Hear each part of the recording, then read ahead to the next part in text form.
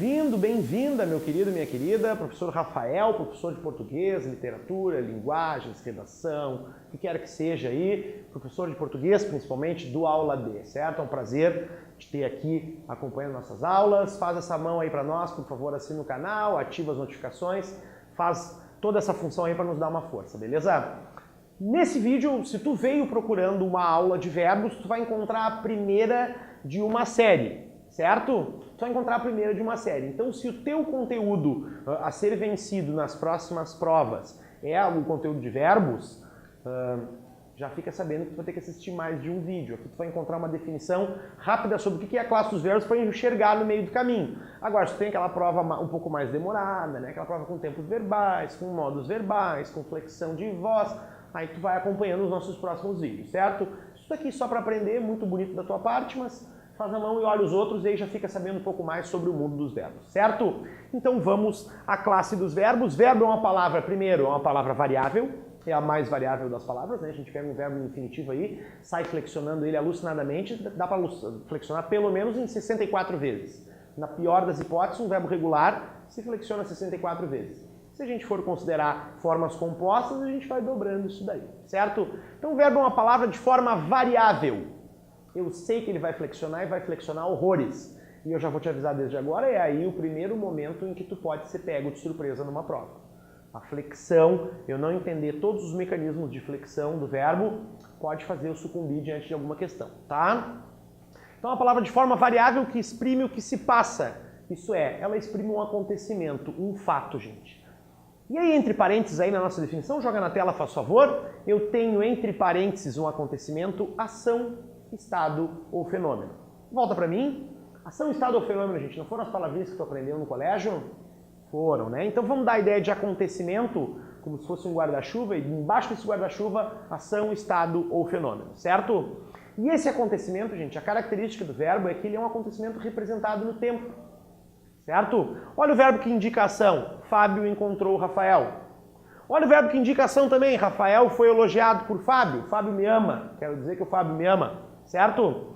Um verbo que denote estado. Fábio está cansado. E um verbo que denote fenômeno. Choveu 3 dias seguidos. Então, ação na sua voz ativa. Fábio encontrou Rafael. Na sua voz passiva. Rafael foi elogiado por Fábio. Estado. Fábio está cansado, uma atribuição de característica ou explicação, né? E um fenômeno, um acontecimento que não depende da ação de alguém, o verbo chover aqui representando essa noção de fenômeno. Então a primeira coisa que tu vai encontrar na classe dos verbos é isso, certo? E quais são as outras flexões, quais são as outras variações do verbo, como é que ele varia tanto assim? Vamos dar uma olhada, o verbo varia em número e pessoa, ou seja, quando eu olho um verbo conjugado, eu consigo ver que ali há uma ideia de singular ou de plural. Olha o verbo amar conjugado.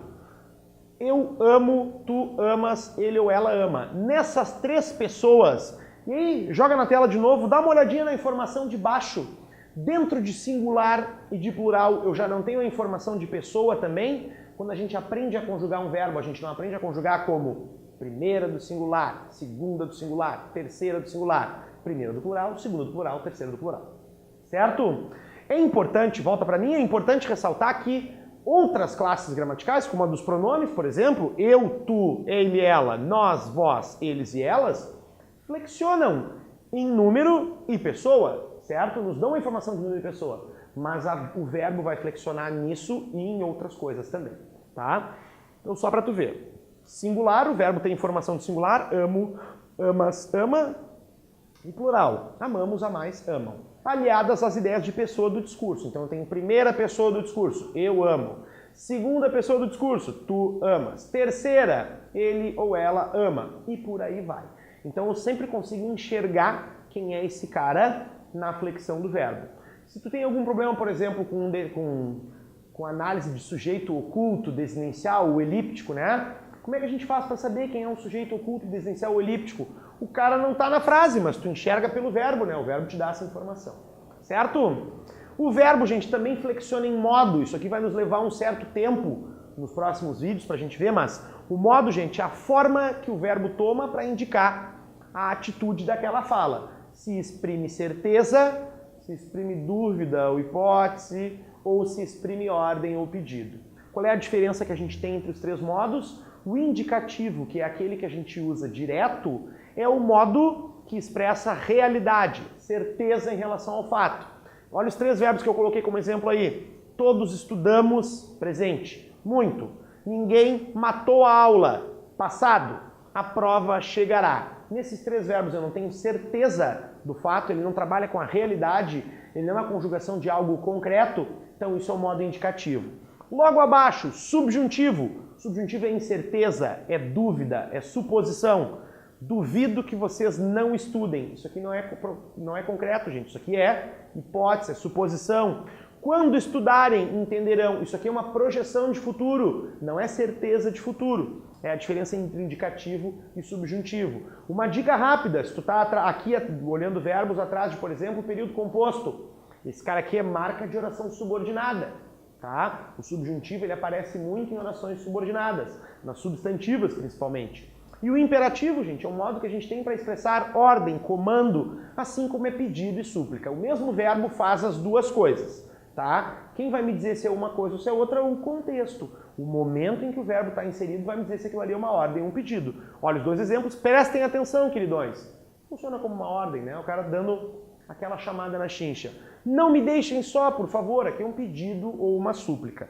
Para saber esse cara aqui, nos próximos vídeos, a gente vai ter que saber o subjuntivo e o indicativo, porque ele é derivado desses 2, certo? E a gente não precisa, a gente tem um imperativo para dar ordens, para fazer pedidos, mas a gente não usa só ele para fazer isso, a gente tem outras maneiras. Mas a gente discute isso quando chegar no momento, certo? Então, flexão de número e pessoa já foi, flexão de modo já foi, flexão de tempo. O verbo nos indica se se aquela ação, estado ou fenômeno está preso ao presente. O que é o presente, gente?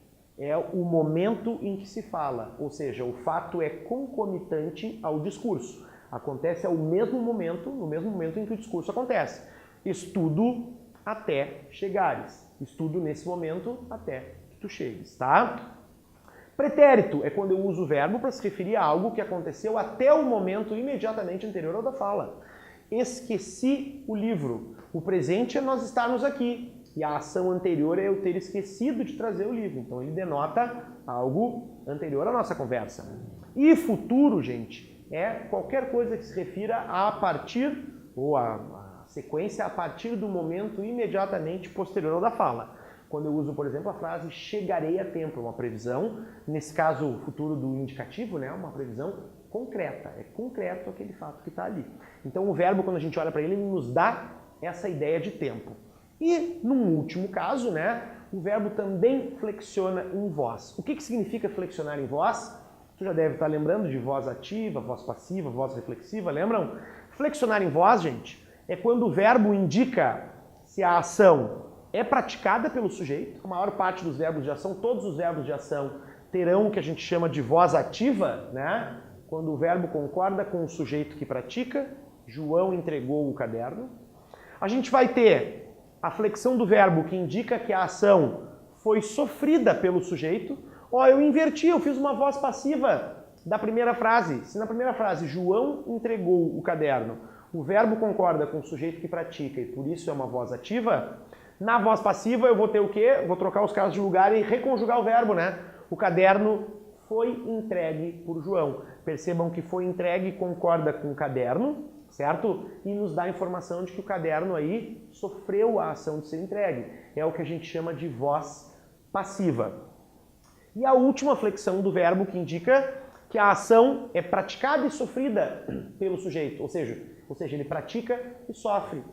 João feriu-se. Quem é que João feriu? Quem é que feriu? João feriu. Ele é o sujeito. E ele feriu quem? Ele mesmo. Então isso é o que a gente chama de voz reflexiva. Então todas essas informações aí a gente pode retirar de um verbo conjugado dentro de uma frase.